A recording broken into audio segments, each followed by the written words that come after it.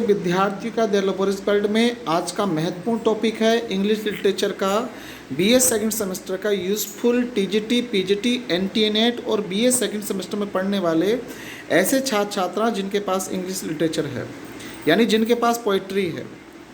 जो BA second semester के student हैं उनके लिए भी क्वेश्चन सारे बहुत महत्वपूर्ण क्वेश्चन हैं। इसके अलावा अगर टीजीटी की आप तैयारी कर रहे हैं, पीजीटी की कर रहे हैं, एनटीए-नेट की कर रहे हैं, तो ये सारे के सारे क्वेश्चन बहुत ज़्यादा इंपॉर्टेंट क्वेश्चन हैं, सबके लिए महत्वपूर्ण हैं। चलिए बिना किसी देरी के शुरुआत करते हैं। यदि आप इस चैनल पर पहली बार आए हैं तो लाइक शेयर और सब्सक्राइब करना बिल्कुल मत भूलिए। बहुत इंपॉर्टेंट क्वेश्चन है, 50 क्वेश्चन है इस पीडीएफ के अंदर। चलिए बिना किसी देरी के जल्दी शुरुआत करते हैं पहले प्रश्न से। सोनेट इज़ ए पोएम, यानी जो सोनेट होता है, किसको सोनेट कहते हैं? सोनेट जो होता है वो 14 लाइन्स की एक शॉर्ट पोएम होती है। Sonnet is a short poem of 14 lines, that is called sonnet. Sonnet के अंदर कितनी लाइनें होती हैं? 14 लाइनें होती हैं, ये आपको ध्यान रखना है। एक सोनेट के अंदर कितनी लाइनें होती हैं? 14 लाइनें होती हैं, इस बात को आप ध्यान रखिएगा। ओके, चलिए next. Who introduce sonnet in England? England में सोनेट को किसने इंट्रोड्यूस कराया? किसने इंट्रोड्यूस यानी किसने परिचय कराया सोनेट का? तो राइट आंसर है थॉमस वायट। राइट आंसर है ऑप्शन सी, थॉमस वायट। यानी थॉमस वायट ने जो है सोनेट को जो है इंग्लैंड के अंदर इंट्रोड्यूस कराया। राइट आंसर होगा option C. Okay friends, next. A Shakespearean sonnet contains, यानी एक शेक्सपियरियन के जो सोनेट हैं उसके अंदर क्या होता है? एन ऑक्टेव होता है, सेस्टेट होता है, एन ऑक्टेव एंड कॉटेन होता है, या 3 कॉटेन्स एंड कपलेट होता है।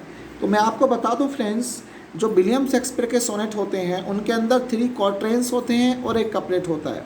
क्वार्टेन का मतलब है 4 लाइनें, यानी एक क्वार्टेन के अंदर 4 लाइन होती हैं और कपलेट के अंदर 2 लाइनें। कपलेट मतलब दोहा, जिसे आप हिंदी में दोहा कहते हैं, उसे अंग्रेजी में कपलेट कहा जाता है। तो 3 quatrains and 1 couplet in the sonnet of William Shakespeare, यानी विलियम शेक्सपियर के सोनेट के अंदर 3 क्वार्टेन होती हैं और एक कपलेट होता है। तो विलियम शेक्सपियर के जो सोनेट होते हैं एंड्स विद कपलेट, कपलेट के साथ उनका अंत होता है, इस बात को ध्यान रखिए।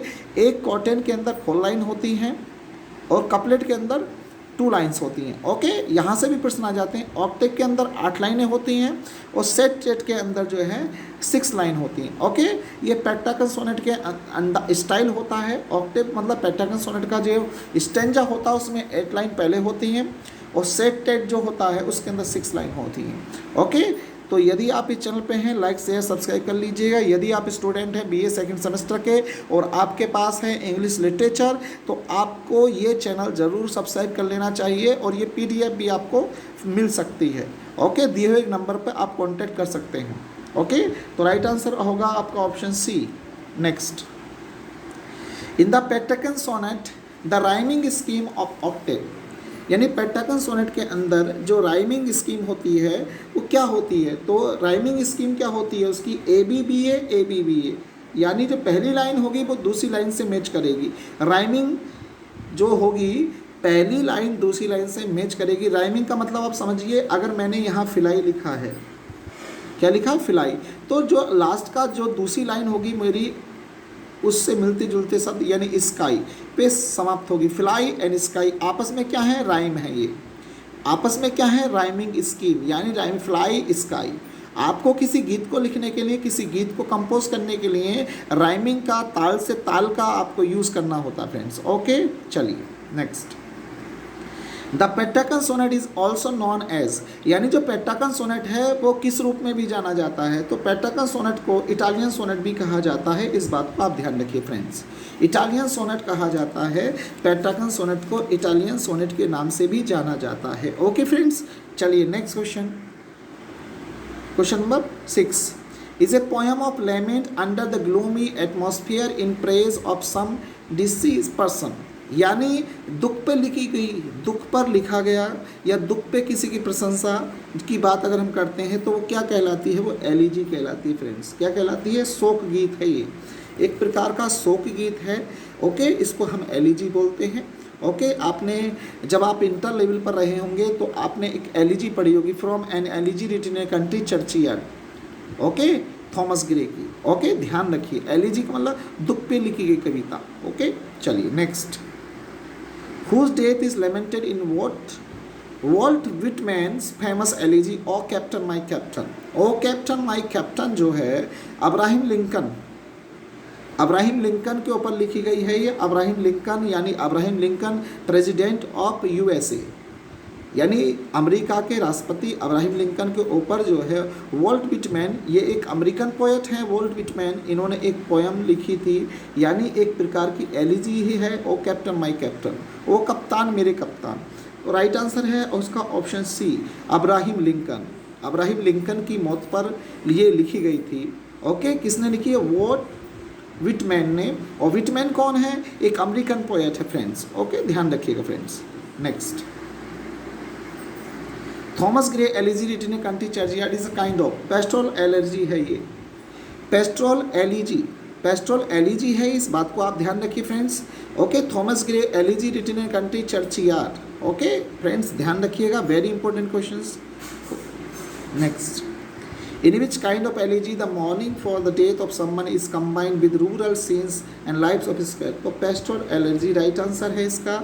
ओके, ध्यान रखने वाली बातें हैं फ्रेंड्स, अगर आप ध्यान रखेंगे तो आप 100 में से ज़्यादा नंबर ला सकते हैं, क्योंकि आपकी जो परीक्षा होगी बीए सेकंड सेमेस्टर की वो ऑब्जेक्टिव होगी। तो इसके लिए आपको करना क्या चाहिए? ज़्यादा से ज़्यादा प्रैक्टिस करनी चाहिए, ज़्यादा से ज़्यादा वीडियो को देखना चाहिए, जिससे कि आपके क्वेश्चन बिल्कुल जो है याद हो जाएँ। ओके, जब आप एग्ज़ाम देने जाएँ, कहीं भी आप एग्ज़ाम दें तो आप बिल्कुल सही करके आएँ। ओके फ्रेंड्स, चलिए next, Pindaric ode is divided into stanza called, यानी जो पिंडारिक ओड होता है वो डिवाइडेड जो होता है स्टेंजो में, उनको क्या कहते हैं? ऑक्टेव कहते हैं, सेस्टेट कहते हैं, कपलेट कहते हैं। तो जो पिंडारिक ओड है वो स्ट्रोप में डिवाइड होता है, एंटी स्ट्रोप में डिवाइड हो, ईपोड में डिवाइड होता है।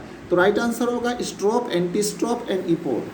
पिंडारिक ode is divided into strophe, antistrophe and epode. Okay friends, ध्यान रखिएगा, बहुत इंपॉर्टेंट क्वेश्चन है सारे के सारे, और ये 50 मोस्ट क्वेश्चंस हैं जो विभिन्न कंपटीशन में आएंगे और आपके बीए सेकंड सेमेस्टर के लिए बहुत ज़्यादा यूजफुल हैं अकॉर्डिंग टू योर सिलेबस।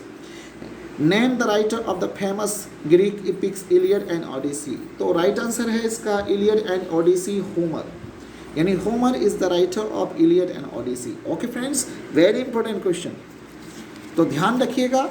यदि आप इनका ध्यान रखेंगे निश्चित रूप से आपको क्या करना है, यदि आपने चैनल को सब्सक्राइब नहीं किया है तो कर लीजिए फ्रेंड्स, वेरी यूज़फुल चैनल है आप लोगों के लिए और ऐसे क्वेश्चन लेके आता है जो आपके लिए बहुत ज़रूरी है। ओके फ्रेंड्स, चलिए next, name Milton's grand epic written to justify the way of God to man.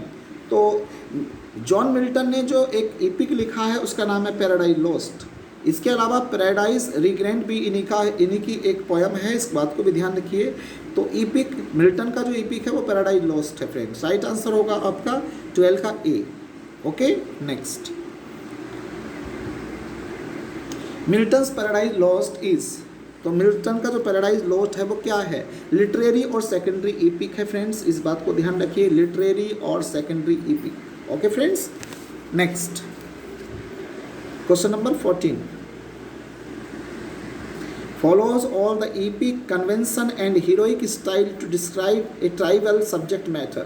तो that is called secondary epic, that is called secondary epic। okay friends, secondary epic। okay next question number 15, when was Bishop Percy Religious of ancient English poetry published। तो ancient English poetry published जो की गई है वो कब की गई है, इस बात को आपको बताना है। तो 1765। ओके, राइट आंसर होगा friends B. Okay next, which of the following form is known to be a story in verse generally originating from the folk tradition and dramatic in nature.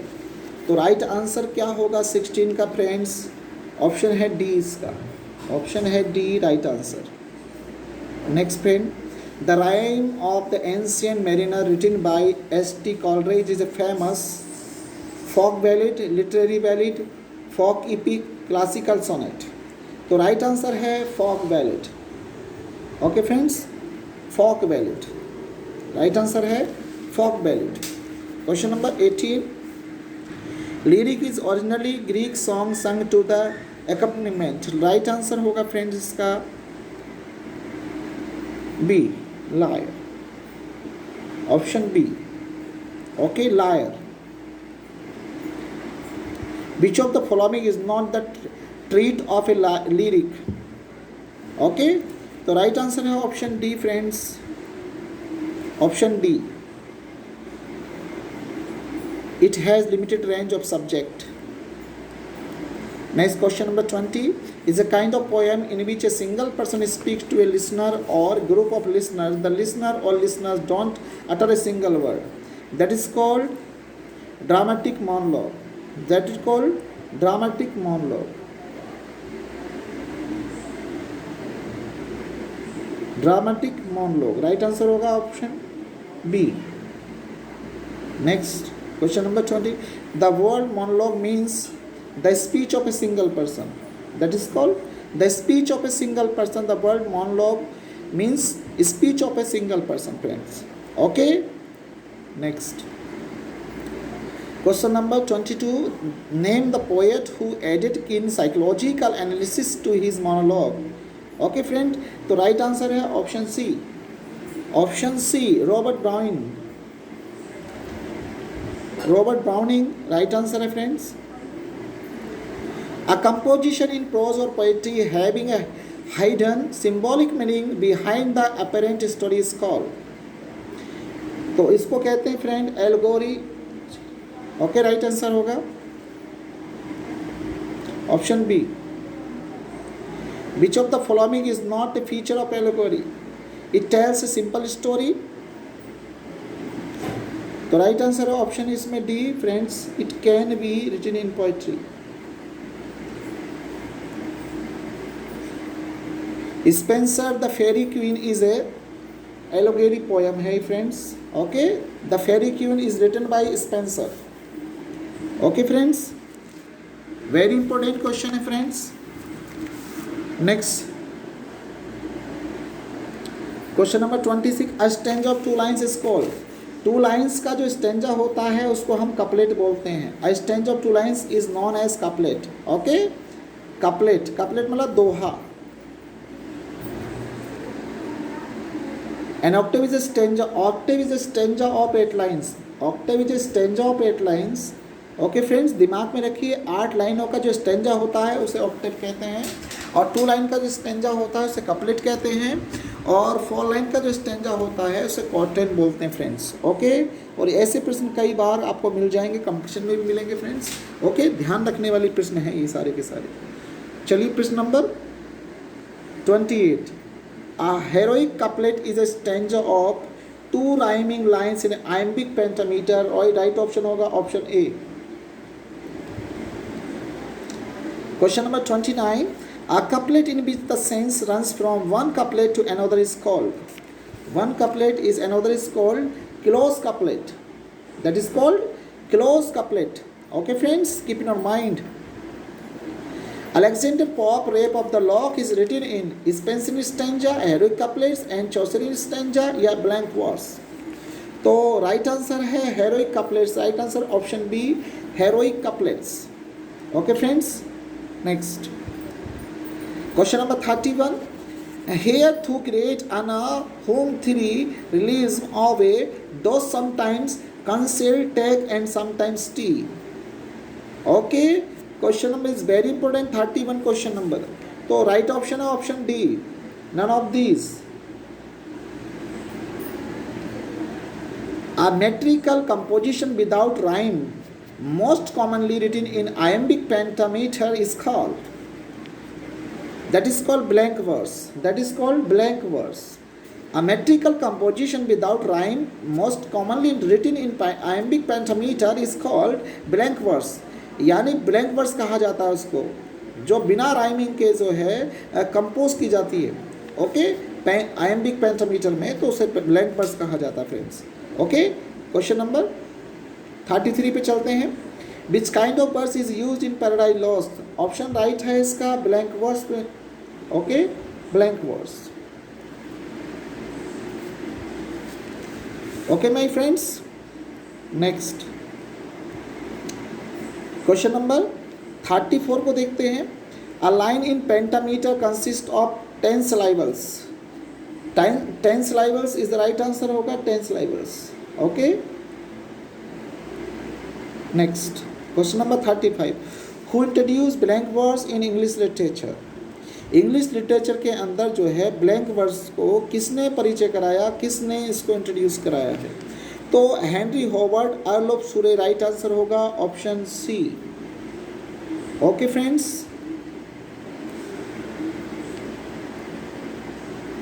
9। Next, who introduce Spenser stanza? तो Spenser stanza जो है Edmund Spenser ने ही इसको जो है introduce कराया है, इस बात को ध्यान रखिएगा। इसी के नाम पर इसका नाम जो है स्पेंसरियन स्टेंजा पड़ा है। Okay friends, next question number 36। What is the rhyming scheme of a Spenserian stanza?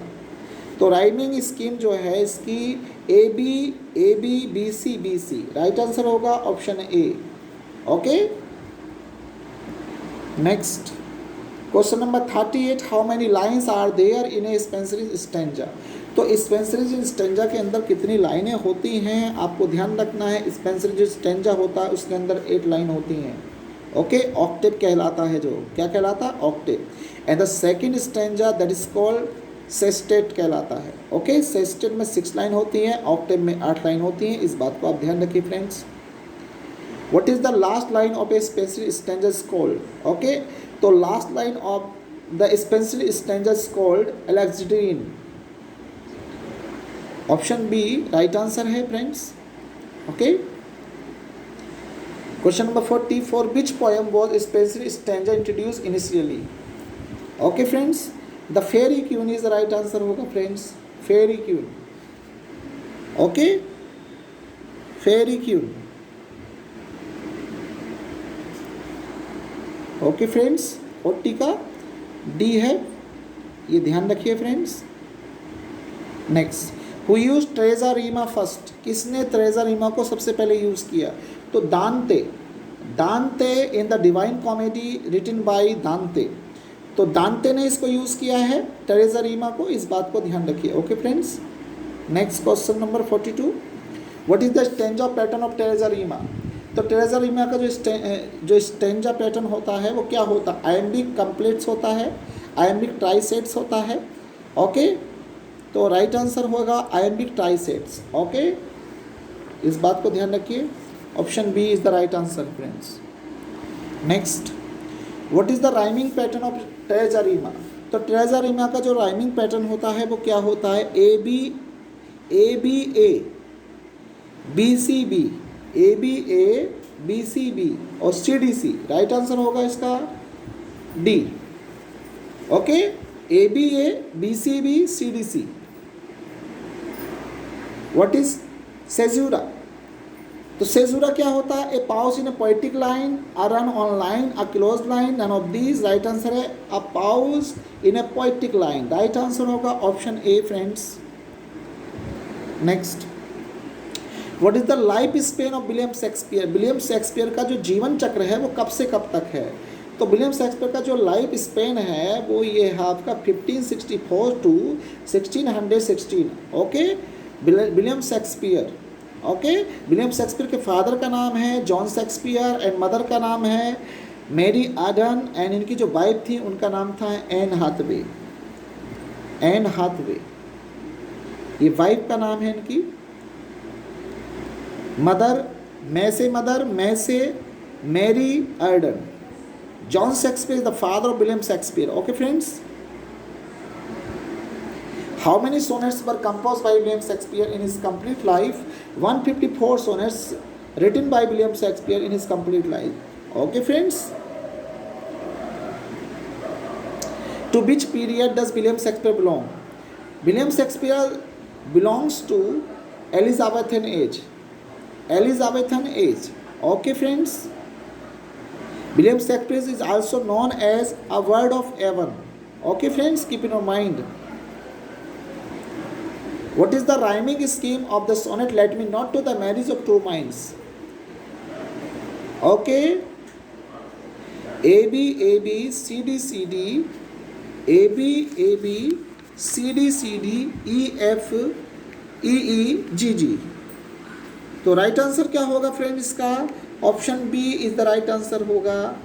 A B C D E F. यहाँ पर ई एफ है, ई एफ